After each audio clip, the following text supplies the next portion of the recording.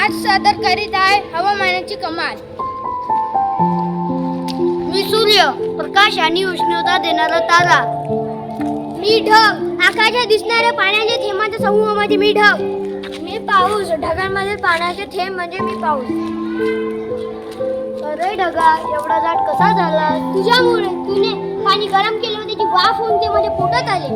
आणि मी आजपासून म्हणतोय बाहेर जाऊ का, बाहेर जाऊ का.